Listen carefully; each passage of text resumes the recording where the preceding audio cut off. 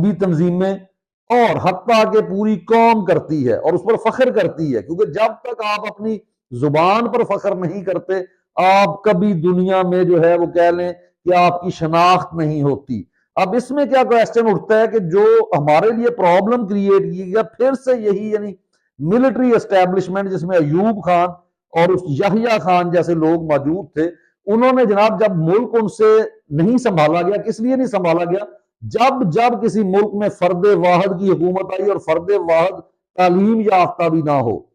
अपनी कौम से उसे मोहब्बत भी ना हो, उसे सिर्फ अपने जो फवायद हैं वो नजर आते हो या अपनी औलादें नजर आती हो, तो वो हमेशा ऐसे ऐसे काम करते हैं। एक तो उसके पास तालीम नहीं है, वो ऐसे ऐसे स्टेप्स उठाएगा जो कि बाद में आने वाली नस्लों के लिए भी अजाब बन जाएंगे। ना सिर्फ उस वक्त के लोग उसे झेलेंगे, बल्कि आने वाली नस्लें भी उसका जो है वो खमियाजा भुगतेंगी। तो यही हमारे